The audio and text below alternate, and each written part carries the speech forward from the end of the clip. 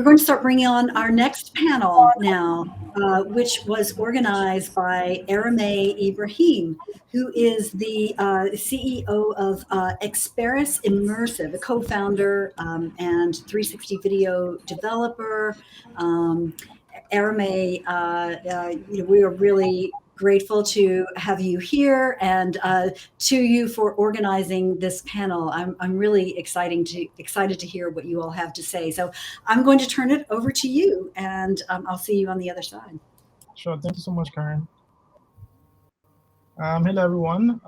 Thank you all for joining our session. My name is Arome Ibrahim, and I'll be moderating this session on how we are transforming education in Africa with WebXR. Alongside me is Grace. Grace, could you introduce yourself? Hello, everyone. My name is Grace Kebirungi. I'm a technical project coordinator for health innovation projects at the Infectious Diseases Institute, particularly working at the African Centers of Excellence in bioinformatics and data-intensive sciences, where we do have our VR lab. Okay, great. Thank you so much for joining us, Grace. Joining us is Job. Job is an amazing guy doing awesome stuff with XR for education here in Nigeria. Job, could you please introduce yourself? Yeah, so my name is Job Oyebisi. I'm co-founder, CEO of StanLab Limited. StanLab Limited is an education technology company that is building virtual laboratory to be able to provide practical STEM education, especially for students in resource-constrained settings. Yeah, so we're addressing the problem of the lack of infrastructure to teach practical science in the schools here in Nigeria and generally in Africa. Thank you. Goodbye. Great. Thank you so much, man. Next up is my brother from Kenya, Walid. How you doing, guys? My name is Walid Kilonzi. I'm a virtual reality producer at Fallohide. And we do all crazy things at the space and at the studio. Of course, everything virtual reality, augmented reality, and mixed reality.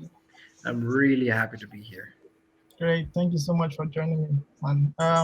So Isiaq is supposed to join us. Okay, he's here. Hello, Isiaq. Hello, can you hear me? Yeah, we can hear you loud and clear. Could you please introduce yourself? Okay, interesting. My name is Isiaq Gbadamosi, and I am the co-founder and head of growth at SwiftXR. So at SwiftXR, we enable creative reality applications easily without having to worry about writing code and all of that. So we understand that like entry level and the technical demand, technical requirements for building augmented and virtual reality is very high. So we are creating a platform whereby everybody can create immersive experiences without having to write. Okay, great. Thank you so much for joining us. So we're going right into it. As you can see, we have an amazing panel, diverse backgrounds, diverse experiences, giving their insights and thoughts on how we can transform education here in Africa through WebXR and in the long run, maybe extended reality. So I'll be starting off with a couple of questions. First off is with Grace. So Grace, so with your experience in research and development, right, what are your thoughts on how WebXR can support knowledge retention and understanding across health systems in Africa? I understand you work in the infectious disease space, so how can we improve awareness with WebXR? Yeah, thank you so much, Arome. So I would like to just talk about 2 points in which I think would help in knowledge retention, in knowledge retention, and how virtual reality can be able to help accelerate that. So I believe for someone to be able to retain knowledge, they would need to repeat something over and over again until they finally grasp that skill. And then, and secondly, I think the timing when someone takes in this knowledge, when someone is ready to grasp that knowledge. So I'll give an example about that. So just imagine maybe I would want to learn during that day, maybe in the morning, and then there's someone else who wants to learn in the afternoon. So when you have virtual reality, you have that access to on-demand learning. Like I can learn in the morning, someone else will be able to learn in the afternoon, that kind of thing. And why it's really so important in an infectious diseases setting is that once you're in a virtual environment, you can't be able to spread disease, as in infectious diseases are contagious. So you need your medical doctors to first try out all these medical procedures in an environment that is safe, that doesn't have infections, and then once they grasp that skill, they can be able to be transferred to a real life setting with the skill acquired. Yeah. Amazing. That's a good one because for me, I believe learning XR should not be limited to your time, right? Anytime you want to jump in, you can do that. But also accessibility is also important. How can we get more people here in Africa into the tech, especially those that work in the infectious disease space? So, and I remember you guys worked on a project about I think XR for medicine, if I'm correct. We'll be glad to hear about that in the coming minutes. So moving on to Walid. So Walid, I can understand like Kenya has an amazing bunch of students that are going to school yearly, right? According to statistics, in 2020, nearly 10.2 million students were enrolled in primary schools in Kenya, right? Which is huge. So what are your thoughts on how we can support educational administrators in Kenya, also across Africa, to leverage WebXR in boosting students' engagement, especially in STEM education? I think that's such an important question, not just as a Kenyan, but for Kenyans, because the digital space in primary schools and secondary schools is actually growing quite fast, and we're having a more receptive attitude towards some of these devices. Now, the devices that primary kids are using and the test trials being done by governments are devices that have cameras, and they're mostly tablets. So the capability for augmented reality is not too far-fetched. The possibilities of having a VR headset within a school is not too crazy because we have access to VR headsets here within Nairobi, Kenya. So really, I think it's all about showcasing and trying to prove a point here. There are a couple of people who have tried that, I being one of them, and we are slowly trying to change that perspective and trying to see whether the government will be able to look at it as a resource in the learning space. Great. That's amazing because for me, I feel personally, Africa has like a huge people that are using mobile phones. I think from my research, close to 500 million people have access to mobile devices.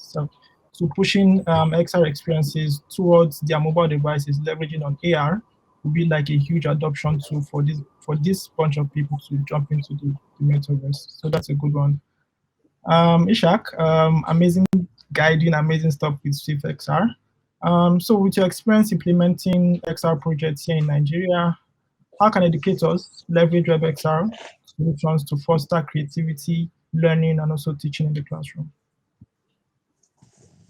Yeah, that's actually a very great one, and I think it goes beyond, just the Nigerian community when it comes to leveraging WebXR.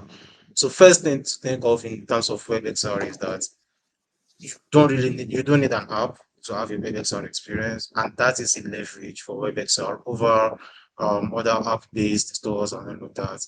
And that is also one of the reasons why we are also looking into it, because we believe that like that's the future of immersive experiences consumption. So and for educators really, I really hope that educators have jumped on this idea like yesterday, and not just the web XR, but like the entire XR. Because when you think about what XR can do for education, like the thought is just endless. So you want to think about we have talked about retention. You want to think about retention. You want to think about accessibility, like access to what they probably do not have in real life. You want to think about the way they can always go back in time on their own and have these experiences without like anybody being there. So you want to also think about how they can, like when you think about multiplayer experiences that are educational based. So I built like an accident scene, a simulated accident scene for somebody like a couple of months ago. And what they wanted to do was that they are teaching accidents in school, and they wanted students to actually see and like the causes of accidents and how to prevent accidents and all of that. You are not going to take your students in real life to where two trailers are going to go head in head, right? So, but in VR, this is something that is very, very possible. So it goes beyond just writing and having students also write down. If we think about the long-term benefits of extended reality in education, we will say that it is like the technology that sometimes I see it as technology that's built for education, right? Because the possibilities are just endless. So what I think educators should do, or like how I think they can take advantage of this is it's not just about the educator actually. Like you, I, everybody in this space. So let's take this technology to them because they might not know about it, right? So if they don't know about it, there is no way they are going to. So let's take this technology to them. I know that I've done like I've tried that before, and I know that you also have experience with that, Arome. So I know there's this like at first you won't see the level of audience that you need when you are trying to have conversation with the stakeholders in the education space because there are a lot of things that they want you to go through. There are a lot of like, but at the same time, we also understand that they are also trying to protect their students, protect the image of the school and all of that. So this is something that they don't know about. So I think we should organize more conferences, have more meetings, maybe if you can. I mean, like conferences like this. So if you can also have like educational roundtables where we invite like some of the stakeholders, let them see the possibilities and what is and what they can do with the technology. Thank you. Yeah, great. That's very insightful. I understand the bottlenecks involved in getting to these administrators and encouraging them to adopt emerging technologies. So I could relate to what you were saying. Well, what I feel is exciting is I remember the first time I showed an educator an AR experience of a lion. She nearly ran away because she has never seen a lion before, right? So imagine seeing a lion in your environment in AR, right? It's amazing, right? So imagine thousands of students across the continent learning via visual content, and I believe they'll be able to retain more and maybe pushing excellent results in their examination. So visualization orientation is also very, very important for the tech. Moving on to Job.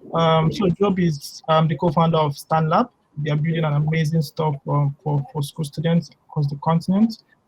So Job, the integration and effective use of WebXR technology is vital to enhance students' learning experience in STEM. Right. So kindly share your thoughts on how your company, StanLab, is championing WebXR for STEM education in Africa. Thank you, Arome. So I'm going to speak on 2 points. So this is what we're doing. We all know that one of the most important cutting edge of XR is to overcome certain constraints that we currently have as far as education is concerned in Africa. One of them is the lack of infrastructure. The other one is the lack of quality teachers who can teach them. So we as a company have built tools that teachers can take. So we built a virtual laboratory. And as a teacher, you can take our content and use it to teach your student how they can have experience, of being in a physical lab, but right now, of course, using SL platforms, both virtual reality and mixed reality. And it's so simple, you can use it with your headset or, just right there on your computer, you can experience what we're talking about. The other part that's very interesting is that, so we're also using XR to do storytelling. So many times when students learn about particles, not just in Nigeria, but generally over the world, they can't connect that to real life. Why am I learning titration? What is the usefulness of titration in real life? So we've developed content using storytelling that actually connect, the particle to a real life application of that particle, using stories. I think that these are exciting, brings student interest more. This is not just a problem in Nigeria, even in UK as well, documented, that students, are able to learn more when they can connect it to real life. Thank you. Great, amazing stuff, right?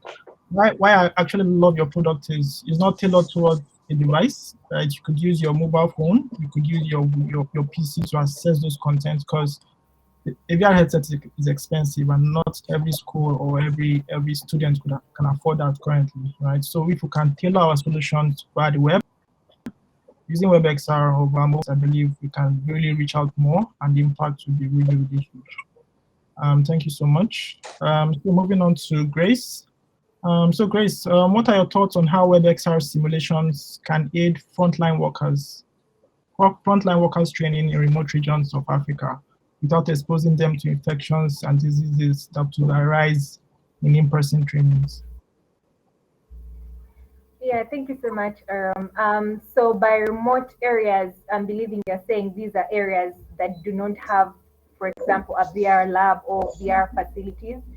And the good thing with virtual reality is that it can be scalable. It can be accessed through 360-degree videos, which can later be viewed using small cardboard headsets. So I believe that is one of the ways we can be able to access content in VR. Also, we are thinking they can also be able to access it using their mobile phones without having a VR headset in case they're so expensive for them. So those are the two main ways I think we can be able to access the VR content in remote areas. Yeah, I remember you were talking about your project that you did with, I think it was like a realistic medical examination that you converted into 360 VR. Could you tell us more about it? Yes, so the whole idea was to sort of help train health workers in a COVID-19 setting on how to properly don. So to don means to put on something, to put on a gown, and then to doff, the correct way of doffing. Why it's important is that most patients do get hospital-acquired infections. So it's really important for you to train them on how to properly don and doff gowns. So we did the training for 52 health workers, and these were around Kampala, which is the capital city, and also Wakiso, which is a nearby city. And what we basically did was to train them first using 360-degree videos, because 360-degree videos sort of give you a whole feel of how the entire environment is and help you demonstrate a scene without you having to, yeah. So then the other thing that we did was to expose them to immersive content where we're showing them the correct way of hand washing, how to also don and doff PPE. Amazing, amazing. And I guess the impact must be like so great, because a lot of people were at home during the pandemic, and those that were outside were basically our heroes, trying to support everybody to get well as soon as possible. So thank you so much for your amazing project. Moving on to Walid. So Walid, I know you are championing XR adoption here in Africa and also in Kenya, right? And I know you have worked with Coca-Cola Beverages Africa to develop an XR training experience, right? So what are your thoughts on how we can get corporate organizations to utilize WebXR as a tool to train or onboard new staffs on the continent?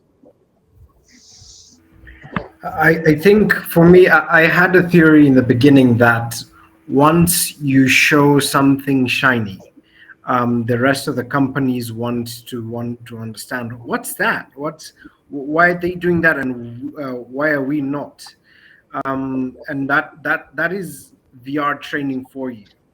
We were able to work with Coca-Cola some time back in terms of training, and quickly other multinationals followed in that same regard. Even currently, I'm in the middle of a shoot. We're now training safety using 360 videos, and quite soon even VR simulations. So it's, to me, it's quite simple. These businesses simply just need to ask, because the costs and the implementations are not too crazy. They're not, the price cost has kind of gone down, and the muscle memory, my God, the muscle memory is important.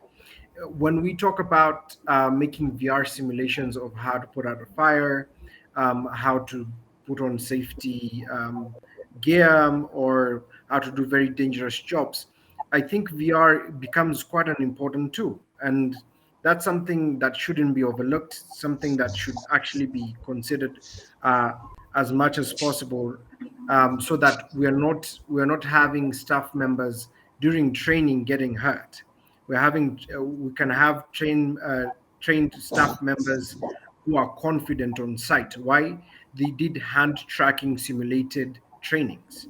So to me, I think, just when you talk about onboarding, when you talk about transforming training, to me, I think, my theory has proved itself right. We simply just needed to show one company that this is possible and the costs are not too big, and the rest followed in line. Amazing. And I guess you're making a lot of money actually. Nice. So moving on to Isiaq. So I know you guys are working on an amazing product that allow users to build no-code WebXR experiences using their devices, and it's super easy. I've tried it out, and it's an amazing platform. What are your thoughts on how we can supercharge the future of WebXR for education and learning in Africa using your platform?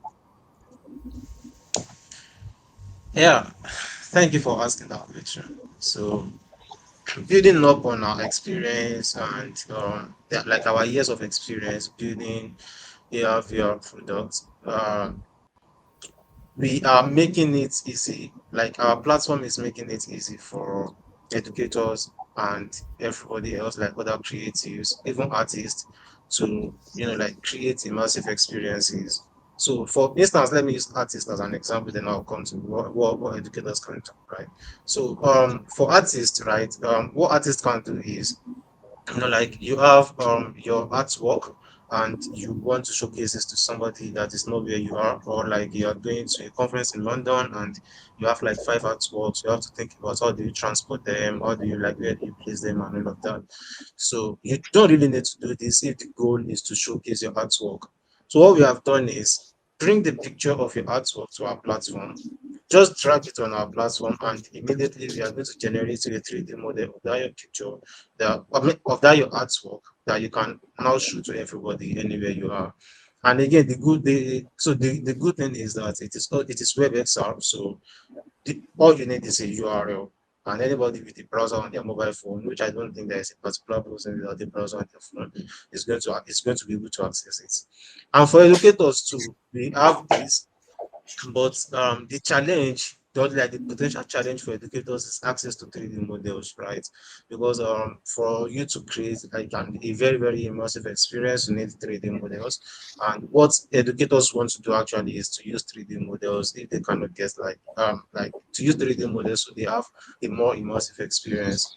But if we have access to these 3D models, educators can go they can fly with using our platform. And I mean, like, literally do anything. So what we have also seen in the market is that some people will give you like a template for you to come and create your solution, and you are limited to that template. But with SwiftXR, you are not limited in any way. So you are able to bring your thing, you are able to design it the way you want, you are able to put a lot of content there, even if you want to add videos in the line, if you want to add text, if you want to add other images. So you're able to bring all of these things together. And we also have a fallback system that even if your phone or your mobile device, so if your mobile device does not support AR, there's this fallback system that still allows you to see the 3D model in 3D on your mobile phone. So the only difference between you and the person with an AR-enabled mobile phone is that they are able to bring that 3D model into the environment and look at it critically. So these are the ways that educators and everybody alike can take advantage of our platform to create a very immersive experience, and that's also informative. Amazing. Thank you so much, Ishak. I really love the product, and I believe with time we'll have more people using it. Also more educators leveraging on the content available on the platform. So much. Moving on to Job. So Job, according to research, for Africa to fully develop its research and development sector, at least 45% of its workforce must be scientists and engineers, right?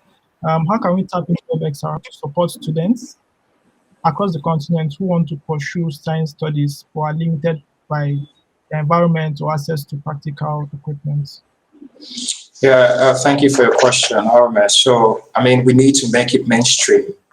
XR holds so much opportunities for Africa as a continent. You know, there's something we really don't well in Africa. We've used technology to transform our financial service. I think that XR holds the same opportunity for us to transform our education. But this is what we need to do as a group. I know there's a lot of advocacy going on. We need to mainstream that so that we're able to influence government policy. Interestingly, you know, most of the students who need these are actually in public schools, you know, the schools where they can afford, you know, the physical laboratory, right? And so SR holds that promise for them, but you need to go through the government to get to them most of the time. You know, this is where we need to partner with government.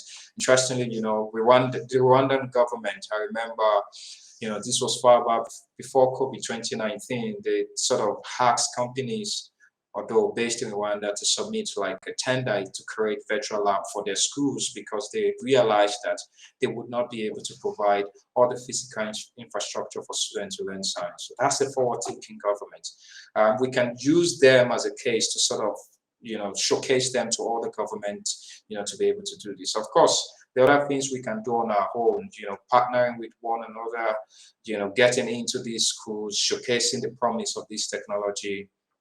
I believe that we will be able to support the students, you know, who are coming into sciences. Like I was in a university today, I was so impressed, and the topic was around education and the metaverse, you know, and they sort of are ready. They're looking into that already, you know, for them to host that conference, and we're looking to partner with them. Yeah, thank you. Amazing. Just like you said, we need to have like a policy drive whereby emerging technologies are encouraged and also adopted continent-wide, not limited to regions. And again, you also stressed on how we need to really leverage on collaboration and partnership. That is my anthem for the year, collaborating with as much people as possible and giving a voice to everybody that needs that voice to tell the world what they are doing and what they are building. Thank you so much, guys. Thank you for your insights, for your feedback. If you have any questions for the panel, you could please drop it in the chat, and we'll attend to it before we round up the session. And I also want to say that personally, I believe education on the continent is thriving already. Right? We already have amazing teachers that have already created amazing content for us. Right? I'm still proud anywhere I go of my teachers in both primary and secondary. Right? They are part of the structure that made me so far. Right? And I believe finding a way to leverage technology to support and improve the way they can teach students will be a huge boost. And for example, my brother now can see like the human skeleton in AR or in VR, right? Using the headset that is available to him. Thousands of students having access, if not to a VR headset, but to a device that can portray an AR experience and transform the way they learn. And then we could have scientists and engineers that are basically powering the future of the metaverse on the continent. So thank you so much for your thoughts, for your insights, and Karen, great. Yes, hello. Yes, thank you. Yeah, this is really fascinating, and I'm glad we got to hear this exchange from multiple companies and to hear about the things you're doing. I think it's really important that we come together as a global community to address education in general, but also the opportunities that XR tools have to offer. As someone commented here about safety training in VR, and I thought it was fascinating to hear, Grace, you talking about like the experiences that teach people how to don and doff their protective gear when they're working in infectious context. So yeah, and I think that really is speaks to some of the ways that we can use VR in putting people in dangerous situations without putting them in danger, right? And so helping them learn how they should perform and how they should do things so that when they do actually go into those situations, they're better prepared, right? It's an enormous advantage. And Alicia Hayes, who's one of our panelists coming up soon, was talking about the virtual lab for teachers to learn to use XR. All right, well, thank you all very much, Arome, Walid, Job, Grace, and Isiaq. We really appreciate you being being here today, and look forward to speaking with and collaborating with you again in the future. So, Thank you. so much. Bye. Thank you so much.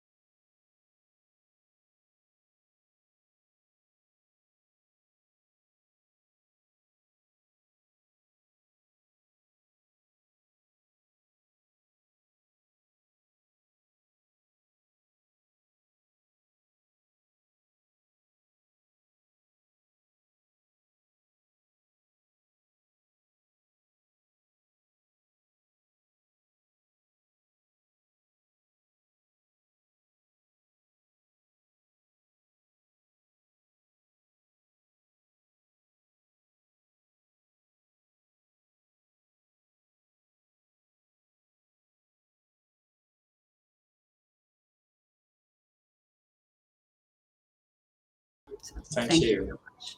Bye.